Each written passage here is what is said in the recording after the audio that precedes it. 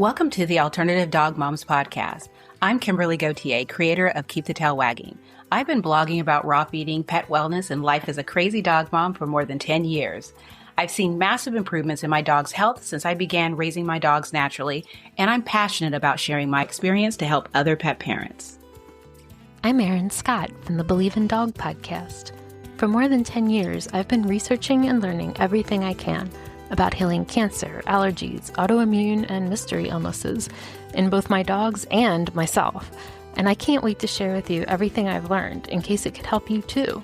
As the Alternative Dog Moms, Kimberly and I are bringing you all the latest dog health news that we're following and the brilliant people we're meeting along the way. Now let's get started. Hello, Kimberly. Hello, Erin. So we have a guest today, and I'm very excited about this. So we are joined today by the founder of Rawly, a new raw dog food company.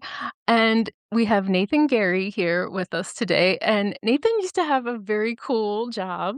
He's already retired and on to his second career now. But you might know him as a linebacker from the Philadelphia Eagles when they won the Super Bowl.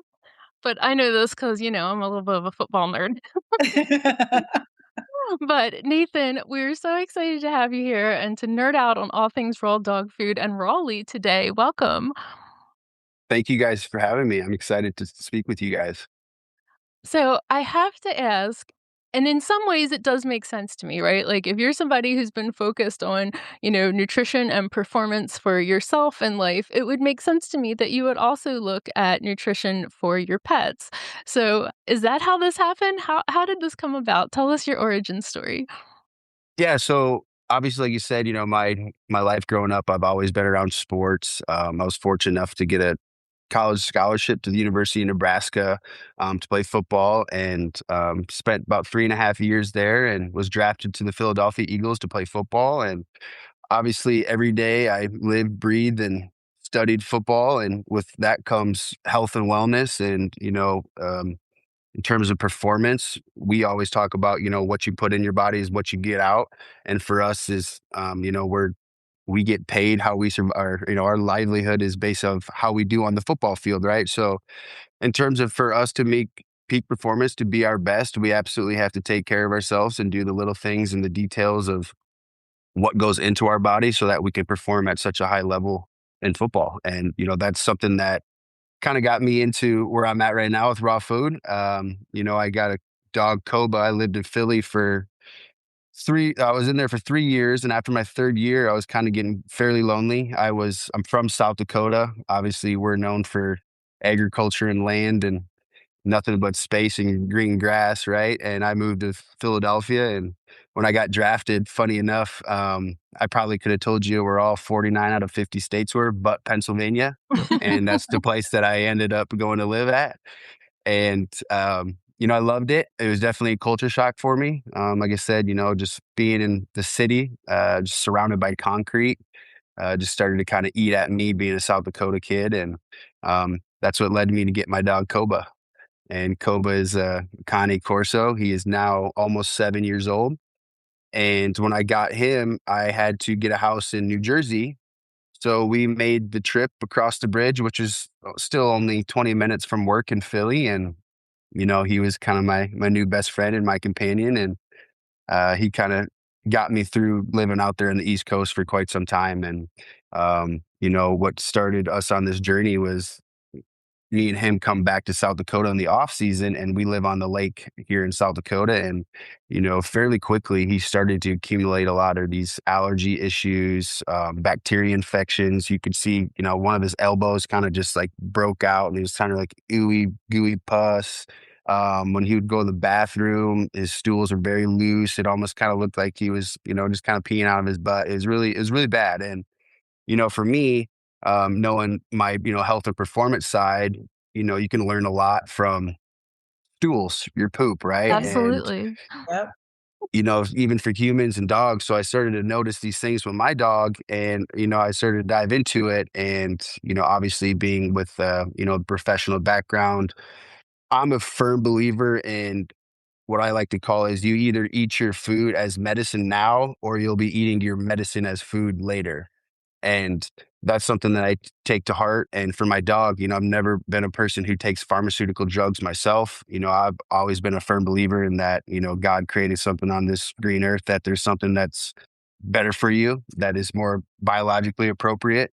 And that's when I started diving into canine nutrition and came across the BARF method, the biologically appropriate raw feeding.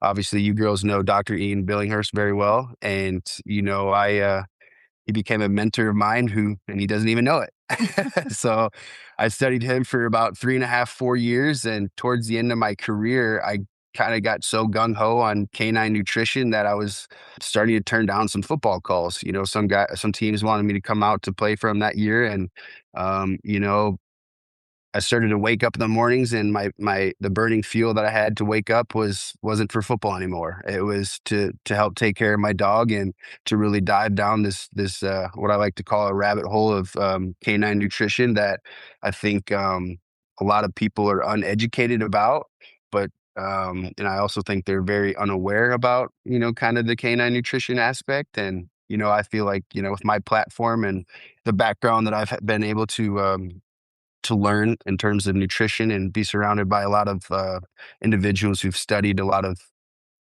aspects along performance and what goes into the details of being able to be a high performer. And what we work with some military dogs and whatnot to uh, you know they're living and dying situations, right? And what matters most is taking care of those animals. And I believe first is to take care of what's on the inside, so then they can take care of what's on the outside. Yeah. Love it. Yeah, I love that quote about the food, food and medicine. Like, that's Yeah. something, I feel like, sometimes you're seeing it with like your own parents and things like that, Yeah. Yeah. And that's the hard part. I feel like with my parents, at least, they're that generation, they're fairly stubborn. So Oh, it's yeah. hard to, Oh, yeah. it's sometimes hard to, well, and that's just, it's nothing, no knock against them, but, I don't think, the one thing about what's cool about technology and whatnot now is we have all this science and research that we are more aware of what's out there. And, they weren't as aware of all the things and resources there are. And, I've been doing it for 56 years. This is just kind of what I do. I'm not going to change it now, kind of can't teach an old dog new tricks. Right. And, kind of goes over to what I think my parents' generation is. But I know a lot of the younger generations, people are starting to understand the more holistic lifestyle approach, and getting a better understanding of when I was a kid, the food pyramid was what it Yes. is now, Yeah. flipped on its head. So in Yes. my mind, I'm like, all right, who do I believe now? So I've pretty much taken the approach and started to take things into my own hands. And what once started out as kind of trial and error, what I thought was me diving into raw food to help take care of my dog, ended up curing all his issues in the first 2 weeks.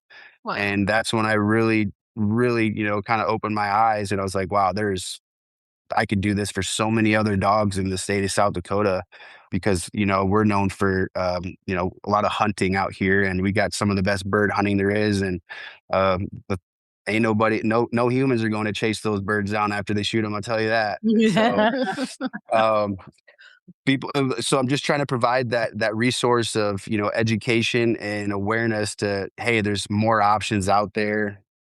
Um, you know, I think the hard part where people kind of they see themselves in terms of working with dogs, it's people don't really, because the dog's not going to tell you, hey, I'm itching, or Yeah. whatever. They're gonna do something. They're gonna show you a sign that's like it's telling you, hey, there's an underlying issue here.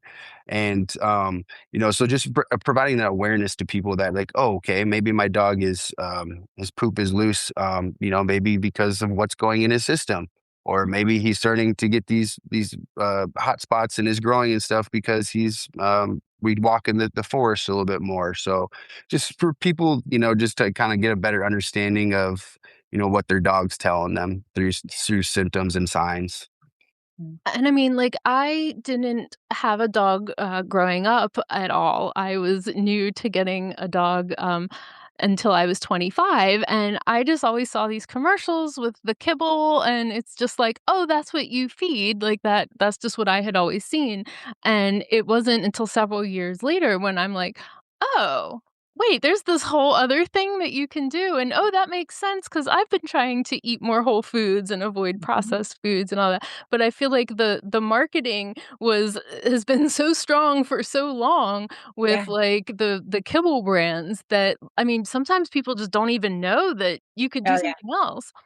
Well, and the veterinarians are telling them the same thing. I mean, we go into our vet's clinic and they have these bags of kibble and, if we're going in there with a puppy, that was my whole thing is like, you have a puppy and either you're gonna go to a big box pet store or you're gonna go to the vet or maybe both, but they're all gonna tell you the same thing. They're not gonna walk you over to a freezer, they're gonna walk you down an aisle and point out. I mean, because when we first got our first 2 dogs, Rodrigo and Sydney, Rodrigo is the reason why I started feeding raw, but we thought we were doing a good thing by feeding Blue Buffalo because that was like the The big new good kibble, food, yeah. and it was Right. like, yeah, that was like the high quality kibble, and I had no idea why he was having issues, and my veterinarian just told me, "This is just how dogs are." So, it never even occurred to me to dig into it. I think because I was also a blogger and I was meeting other people that that's when my eyes started being open to the marketing and how, like they would have a whole chicken on this, but do you turn around and look at the ingredients panel and chicken is like the 4th ingredient and it's not actually chicken, it's chicken meal. And what does that mean? And I'm starting to research all of this stuff and also hearing about people who feed raw. That's what helped me. And I had the same experience as you, where 2 weeks in, and my dog, who had similar symptoms that you were talking about, all of them gone. Yeah, it's the kibble. I mean, we could probably all talk about the kibble stuff for quite some time, but one thing that was very fascinating to me when I learned and kind of started to dive into the veterinarian side of it, I kind of really started to look at, what are they learning in terms of Mhm. veterinarian school? And they spend little to zero amount of work and education on nutrition.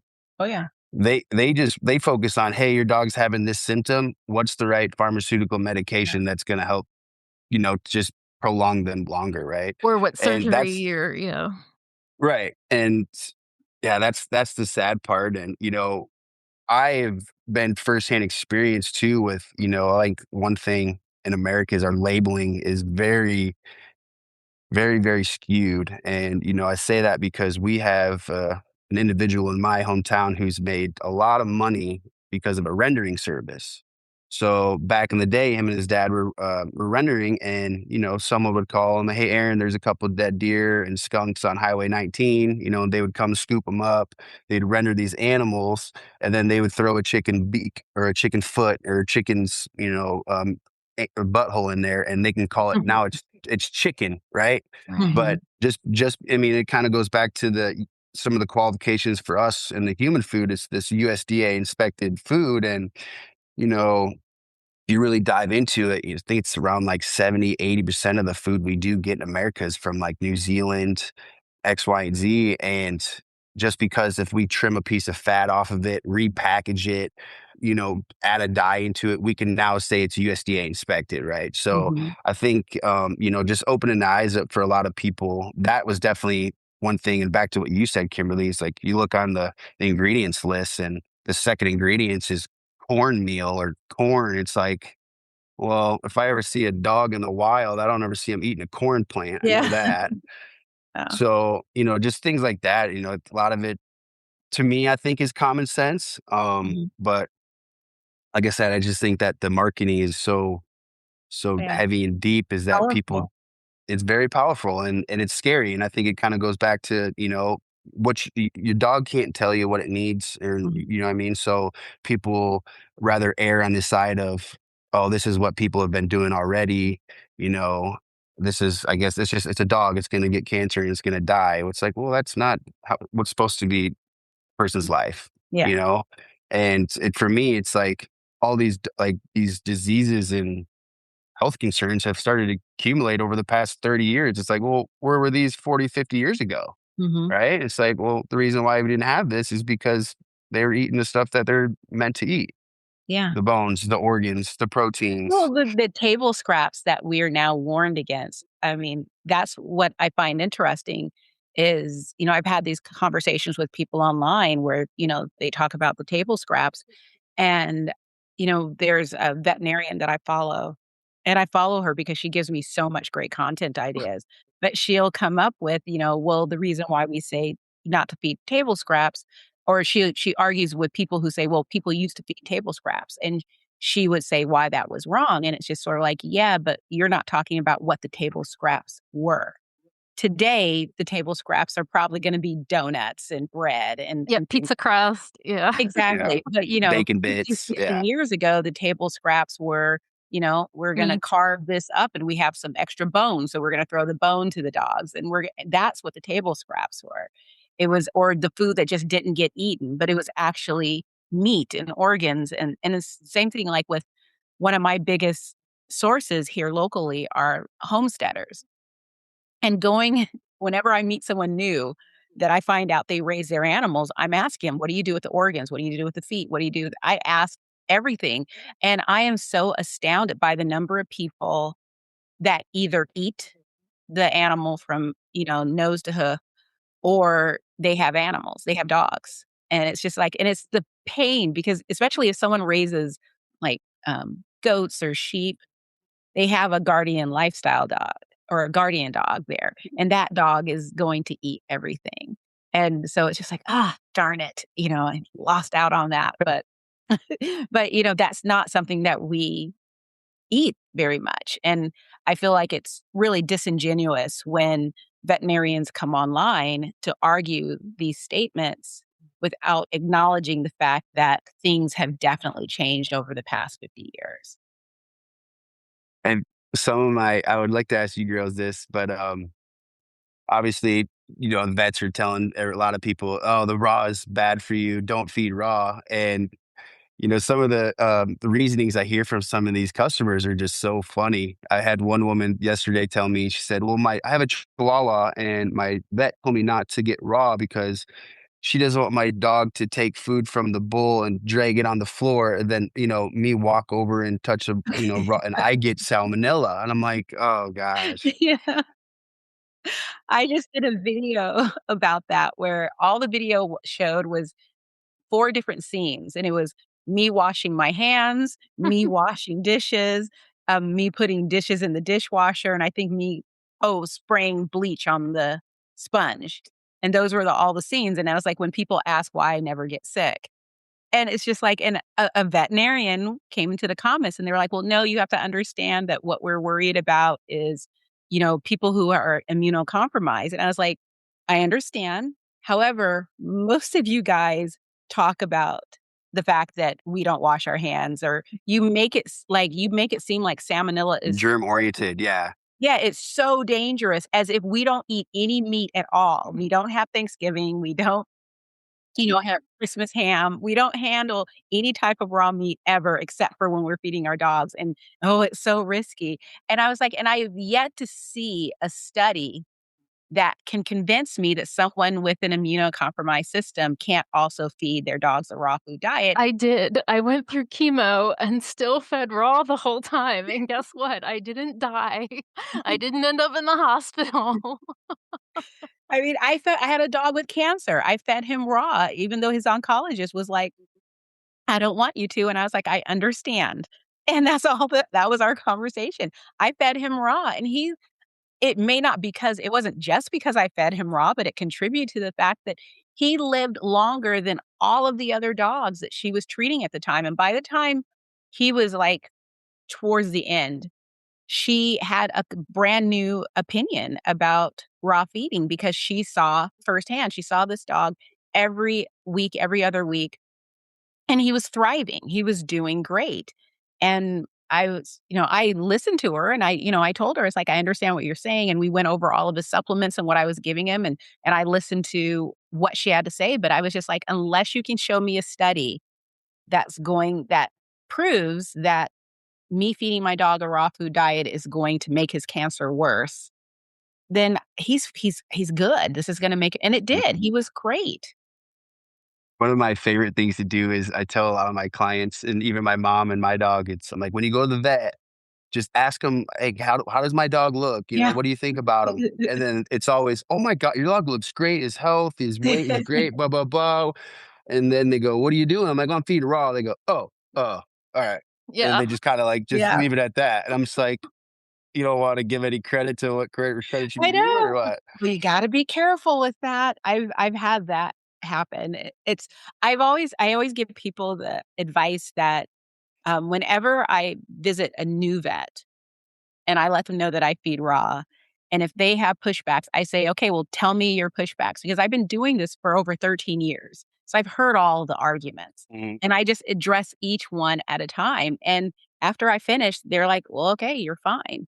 But I'm astounded. I haven't had this experience here, and I'm sure someone probably has, but I haven't heard of the experience here. I've mostly heard it in the UK, where veterinarians refuse to allow a raw fed dog in their clinic. Like, there are some that are so staunchly anti-raw, and it astounds me. Just like, if you see a dog and a dog is thriving, I mean, shouldn't I would think that in this industry that is probably gotta be so frustrating when you're seeing sick dog after sick dog, that if you see a dog that's thriving, a dog that's older, there's a person, we interviewed him a few years ago, Thomas Sandberg of Long Living Pets Research Project. He rescued his breed. He loves Great Danes, and he rescued a Great Dane, and I think that dog lived into the mid-teens, which Yeah. is unheard of for Great Danes. And this wasn't like he rescued a puppy. He rescued, like an adolescence to adult Great Dane.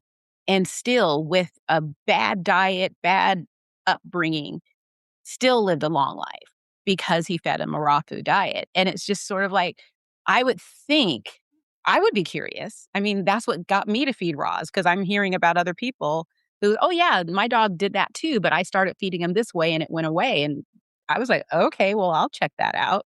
And I'm just surprised about the number of people who just aren't curious. Yeah, I'm the same way. I think for me too, even with humans, I've played with a lot of athletes who I would consider myself kind of a carnivore diet per se. A lot of meats, eggs, dairies, and then not a lot of vegetables and fruits. So I'll sprinkle those in every now and then. But I've played with people who do that, and I've played with people who have been strictly vegetarians who don't eat meat at all. And in my mind, I'm seeing them able to perform, so I'm thinking, well, if we're on 2 different diets, what is kind of the common denominator? And Mhm. it's what I believe is it's just whole food products. Yeah. I Yeah. think this if you just I mean, whatever you do, I just think if you just eat the whole food product and if you're looking at an ingredients list and there's more than 5, 6 things on it and 2 or 3 of them you can't pronounce them, probably should just stay away from it. Yeah. And, I think that was for me, that was the easy deciding factor for me to transition to raw and to really dive into it because I just thought of all these things. Well, I'm like, back in the day, what were these dogs doing? I mean, where I live in South Dakota, we have reservations by the Missouri River, and you see dogs, you know, scavenging around. And what do you look for, or what do you think they're eating? I promise you, they're not going to the corn stalks, and eating the corn stalks. No, they're packing together as they're scavengers, and they're going to go. And I think you kind of the myth back in the day, right, where you give a dog a bone and they grab the bone and then they go hide it in the Mhm. in the dirt pile back home, right? It's because they understand what that bone can do for them. That Yeah. they know that, hey, I might not need this right now, Yeah. but I might need it later. And Mhm. I think that kind of stems to I don't know about you guys, but I feed my dog once per day, and I like to do that. I'm a big kind of faster as well. So obviously I like the aspect of like the intermittent fasting where Mm.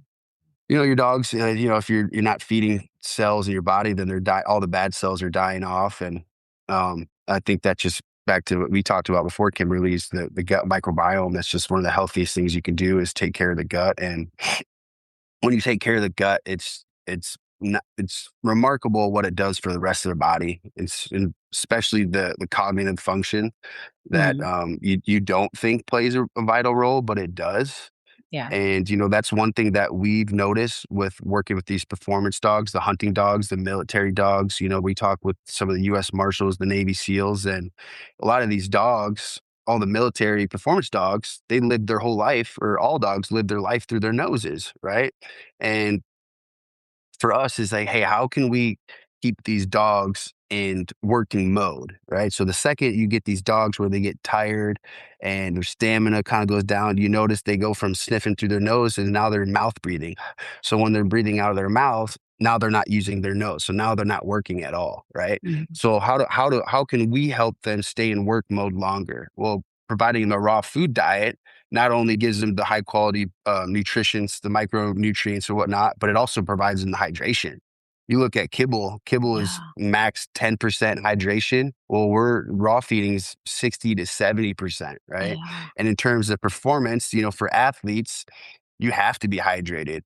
I mean, imagine me, or for us, if imagine eating a box of Cheez Its and then never drinking water. Imagine how that's going to come out, right? And that's essentially what kibble is we give them this very dry product, and then they don't have the moisture content that helps the microbiome and the digestive system push these products to get absorbed and get pushed through, where now they're just getting stuck in there. Now they're causing these inflammation factors. Now all this gut is telling my brain, because there's a gut brain axis, to say, hey, this is off. And then now it's trying to compensate elsewhere. And then that's where you start to accumulate all this inflammation. And I don't know what the percentage is, but it's very high with dogs that, in terms of diseases and cancers, it's, 80% of it's due to inflammation. Mhm. And Oh, the yeah. inflammation only comes from one thing. It's what you're putting in your body. A lot of that Mhm. processed seed oils and high temperatures, and if you even when you cook um, carbohydrates and proteins together, AGEs, there's science behind that talks about what that can do in terms of causing leaky gut as well. Absolutely.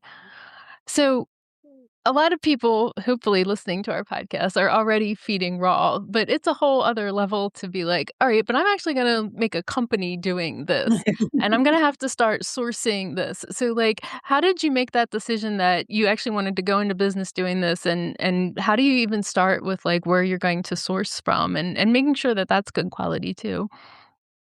So for me was I took care of my dog. I kind of just went and bought all the livers, kidneys, protein, bones, and just kind of made it myself. And once I saw how fast it cured all his issues, and then I started hearing all these friends and families, dogs, hunters, that, hey, my dog's got arthritis, he's got anal gland problems, he's got digestive issues, he's losing his skin and coat is terrible. I'm like, you know what? Let me just try it. So I started creating this recipe based off of my just understanding of research. And I fed about 15 family friend dogs, and they all got back to me within that first 2 weeks too. And they're like, the second I go and pick up my dog's poop, I don't even smell it anymore. And I'm like, yeah, it's remarkable, isn't it? That's because all the food that he's eating is actually getting absorbed and digested, and then all the leftovers is getting pooped out. And so that's kind of what opened my eyes. I was like, well, man, maybe we got something here. And for me, just life after football, it's tough for a lot of guys. And I was fortunate enough to, Koba, my dog, is kind of opened my eyes up into this avenue. And once I started feeding those family friend dogs, I was like, well, I'm from South Dakota. We're known for beef and cattle and agriculture and whatnot. And I went to a meat locker that kind of up the street, and said, hey man, this is kind of what I had in mind. This is what I've been doing. These are kind of things that, I'm looking for. Is there something that you might be able to help me? He's like, yeah, I know all the farmers around here. So, he hit up a lot of his farmers. The next, thing you know, we created, about 600 pounds of food, and kind of just did the same step and started to go give it to some people and say, hey, is your dog having this issue? When we went to a couple farmers markets, it was like, hey, just try this. And, next thing you know, I've just got nothing but great feedback. And, and then I was like, well, I guess I do need something to really do. And, I just found passion in it. Even to this day, I love feeding my dog, and I'll watch him eat, Yeah. because I understand, like, and what he goes after first in that bowl is going to tell a lot about what's going on inside of him, right? The dogs are smart. Dogs will tell you exactly what's going on. They just can't talk to you, but they're going to communicate it some way.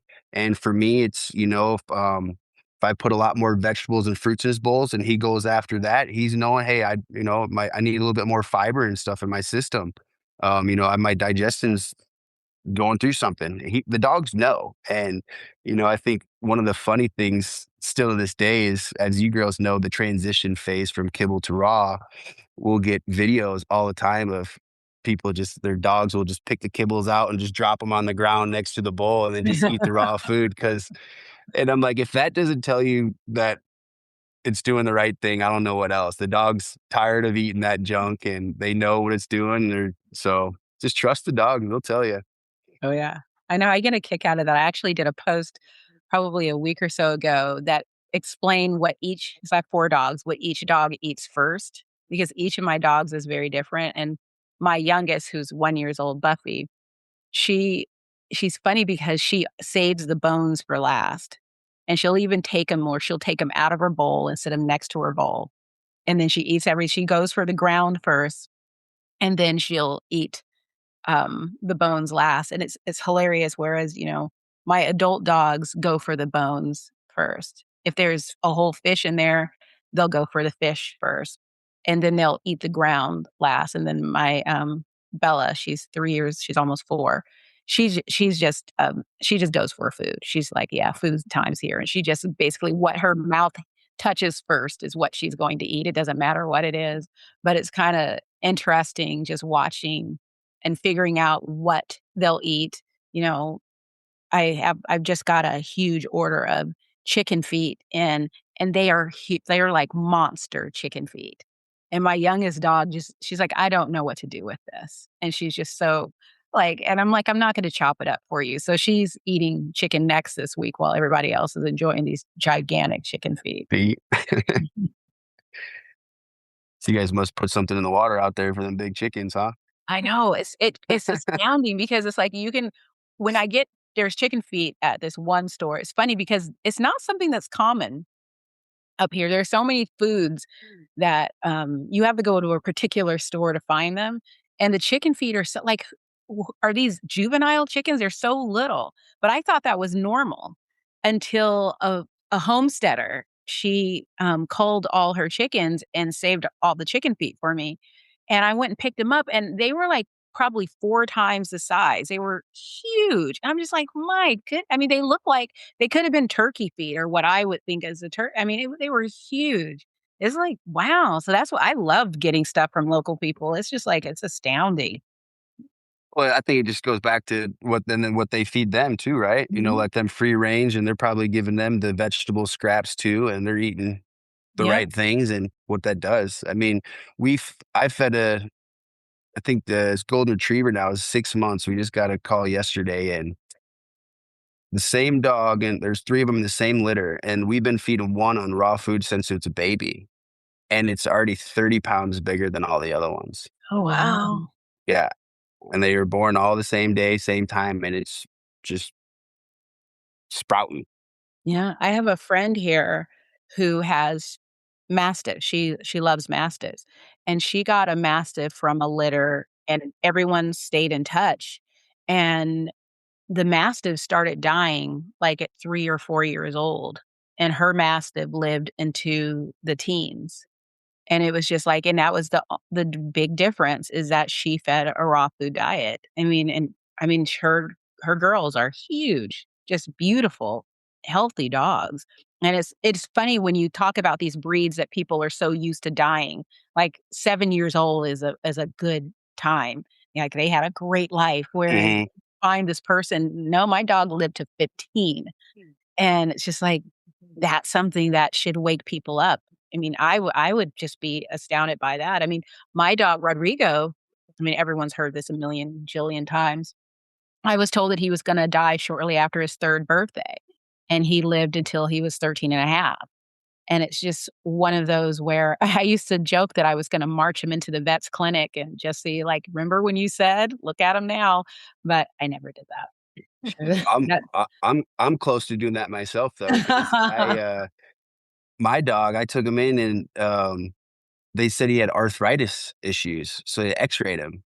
And I remember breaking down because the veterinarian came in and he said, Nate, you know, what I've seen in this dog right now is what I can see on this X-ray right now is dogs shouldn't be able to walk. He said, Mhm. your dog's got the back of a 15-year-old dog already. This is when he was 3 years old. And Wow. I was like, in my mind, I'm like, what? How? And the first thing he said, we're gonna get him on these muscle relaxers, we're gonna get him on these hydros, and first thing I did is like, okay, because he's probably in pain, right? It's like, okay, he's in pain. Let's just get him off the pain. And my dog just slept in the back of my truck for almost a day and a half, didn't move. And I just kept remember, what we walk 2, 3 times a day at least in the woods and miles. And hey, Kobo, let's go for a walk. And he just, kind of looked at me and just looked energy deficient and dead. And I'm just like, I'm not doing that. Like, I'm not giving him meds the rest of his life, right? And what do you know? 3 years later, I take him on my four-wheeler. We're going 20 miles per hour. And he's sprinting down, running on the thing. And I'm thinking in my head, I'm like, he was about to be drugged the rest of his life. And now look at Mhm. him, right? And Yeah.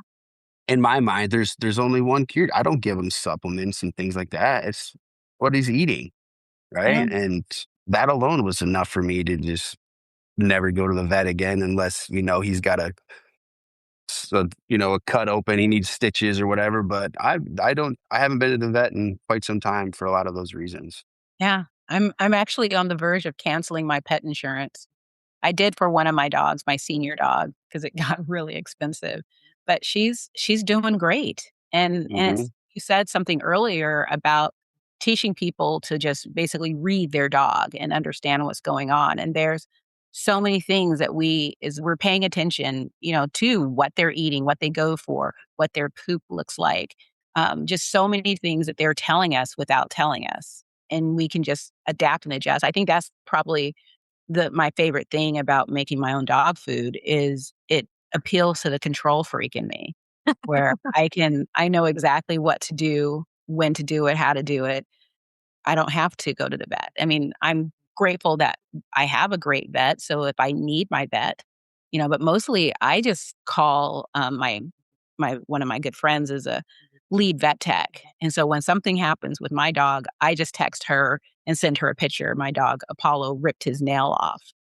And so I was just like, "Oh, crap. Is there something I need to do with this?" And so I just took a picture, sent it to her. She looked at the picture. She's like, "No, just keep him from licking it." And I actually treated it she said it would take about 3 to 4 weeks to heal. And I treated it with red light therapy and it healed in 3 or 4 days. Wow. And yeah, and it's just like there's just all these things that goes back to nature. It's like, again, you said it earlier, God gave it all to us. It's all here. It didn't go anywhere, but we've gotten so far away from it. I mean, even with pharmaceuticals started with natural things, but then someone, turned things synthetic because you can sell more of it, produce more of it. Yeah, you You can can, patent an extract, right? Yeah. yeah, you can put a Mhm. patent on it and own it. And we have gotten to the point where, I mean, the fact that we have commercials for medication and we don't even know what the medication is. We just see people jogging and Yeah. at a party dance. We don't even know what it is. But, they're showing these medications, and it's one of those, I guess, when we go to the doctor, if they bring it up, it's like for some reason that sound familiar to us, and we're more willing to accept it, And where all of the side effects are like death. I know Yeah. exactly depression, Yeah. suicidal thoughts. I mean, this is, it's Should be astounding laughing to me. about that, but I mean, it's like, and we take it, but when it comes to our dogs, it's so much easy. They are so much easier, I think, than people realize. And I wish, even after 13 years, I still like get a kick out of doing this and talking about it.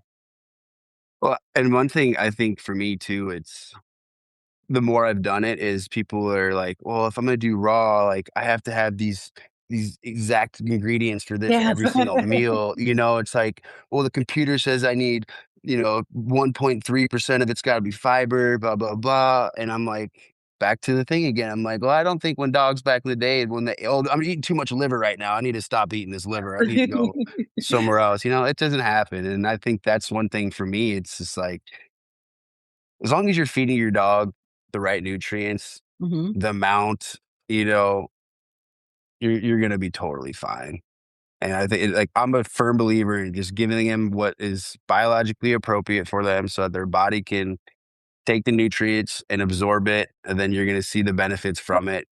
Don't be so scared about being so precise and exact. And that's a lot of people when they start out with we do the 80-10-10, which is just 80% protein, 10% organs, and 10% bone. Where a lot of people who are still nervous about transitioning from kibble to raw, I'm like, hey, just mix some of this with your raw, with your Yeah. kibble, and that alone, there you go. Wow. I mean, you can see the benefits from Hmm. just 30%, Oh, and that's because a lot of the kibble proteins that are being fed aren't very bioavailable, right? So when you give them this 80-10-10 on top of the topper, that now they're starting to take the actual protein and absorb it versus the mhm. stuff in the kibble.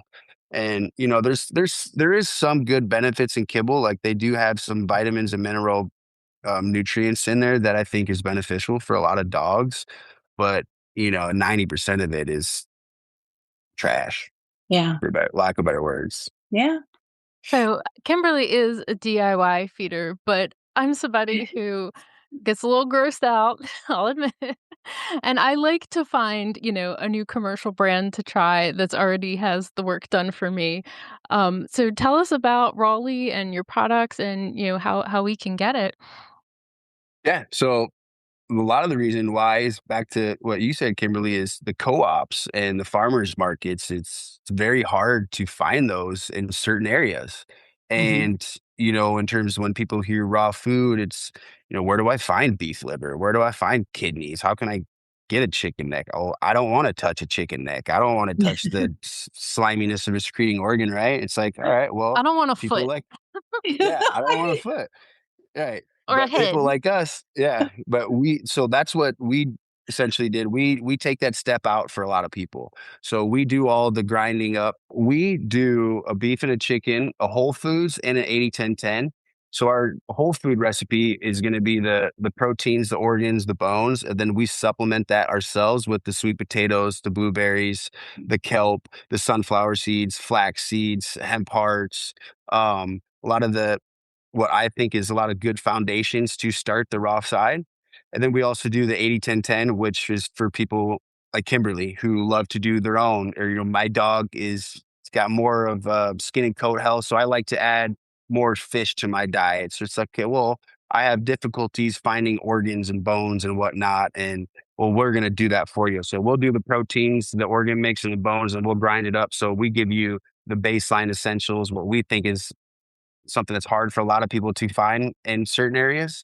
Yeah. If you live in New York City or if you live in, big cities like that, you're probably not going to go find a meat locker very close, right? Yeah. So we provide that foundation for people like Kimberly who want to do it themselves but struggle to find things of that nature, or they want to use it as a topper because maybe financially they just can't quite fully transition, but they do care about the health of their dog and they understand that little is better than nothing.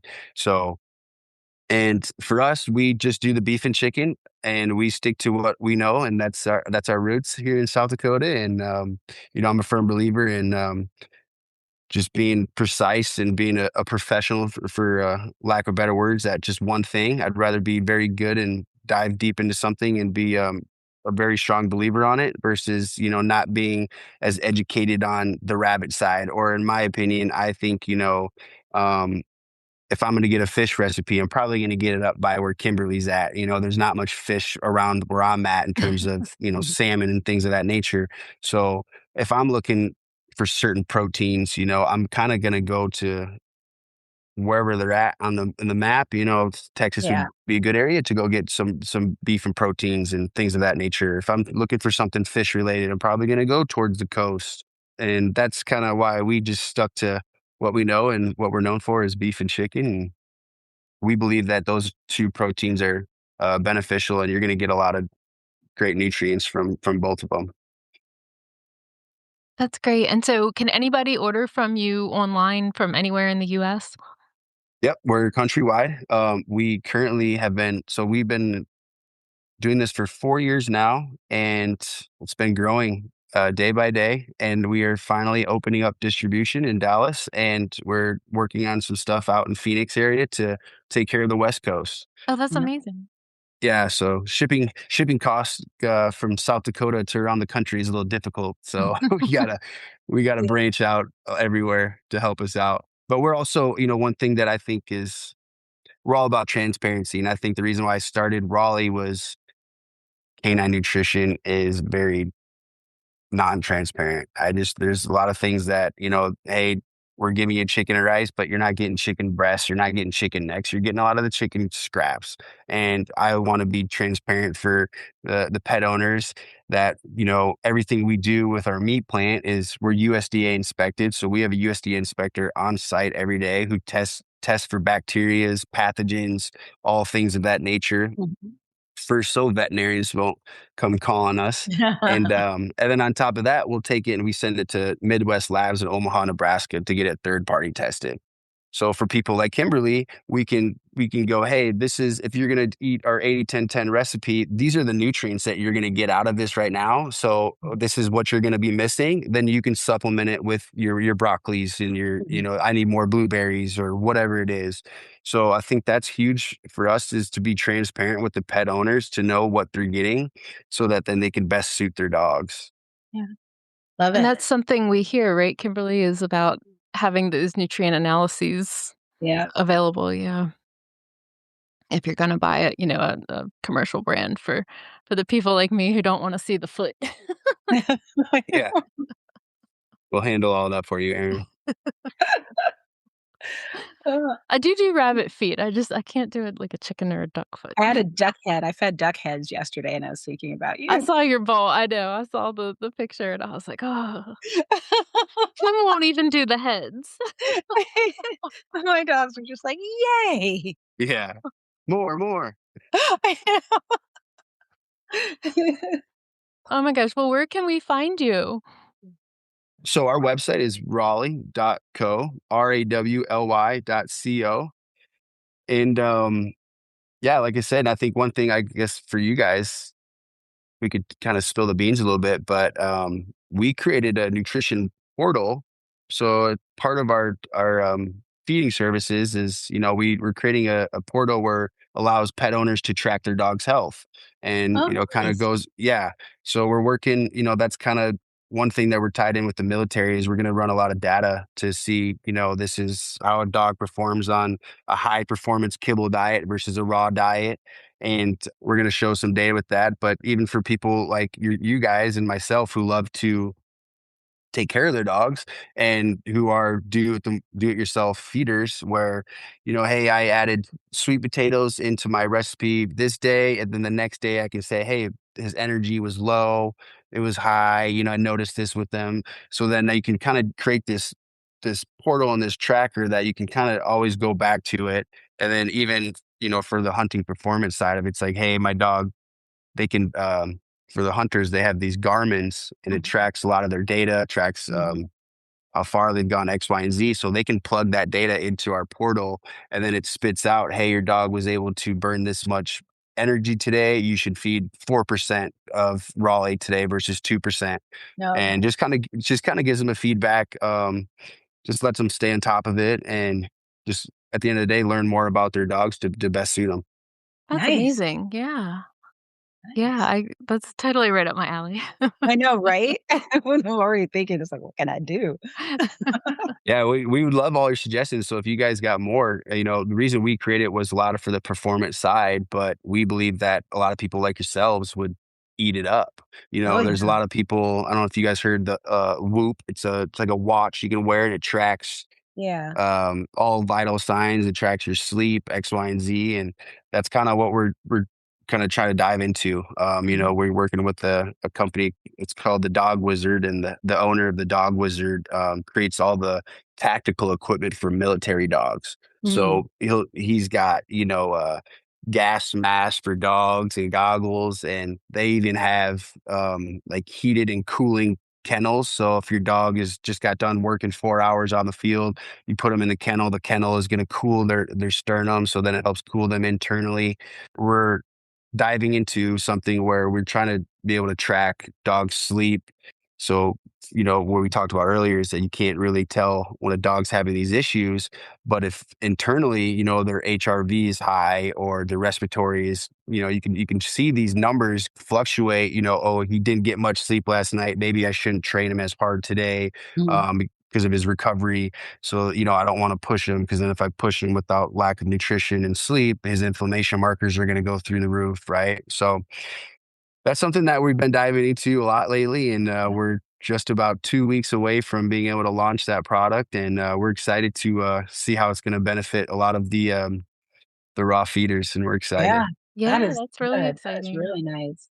So we should go and sign up for your email list so we can find out when that's Please. live? Yeah. Okay. Yeah. I'll tell you girls first. How about that? Well, we'll make sure we have links for everybody in the show notes because I bet a lot of our audience would be really, really into that, really wanna nerd out on that with us, Yeah. yeah. Yeah. Yeah, we would love to. And obviously we're open to suggestions too. So if you guys got any other ideas that you think would be cool to add, that you think maybe other raw feeders think would be something would be nice to track, or there's all kinds of options, and I'm very in tune with the performance side of things, where Mhm. I'm not very much of a I guess your average home pet owner, right? So I'm more of the high performance and things of that nature. So there's a lot of other aspects that I'm learning, and I think that's one thing that we do really well here at Raleigh. We don't know everything, and we're willing to take suggestions. And I think that's kind of what started for me with starting Raleigh, is that I'm just going to take the leap of faith and trial and error. Let's just try it and see what happens. And the next thing you know, cured all his issues. Here we are. This is awesome. Fantastic. Yeah, this has been amazing. Thank you so much, Yeah, thank you, girls. and we'll make sure we have links for everybody in the show notes so that they can follow Raleigh and find out more. Perfect. I would love to come back on here maybe in the future and see kind of where things have gone in terms of Anytime. raw Yeah, food. I And Yeah. know. yeah, I this past couple months we've been just overwhelmed with meeting new people. And so we've started to create our own little dog ecosystem of our own community. So if you guys ever have any questions, or if there's anybody that you think you maybe would want to get in touch with, and don't hesitate to reach out, and we'll do our best to help you out. Thank you. Thank you. You're welcome.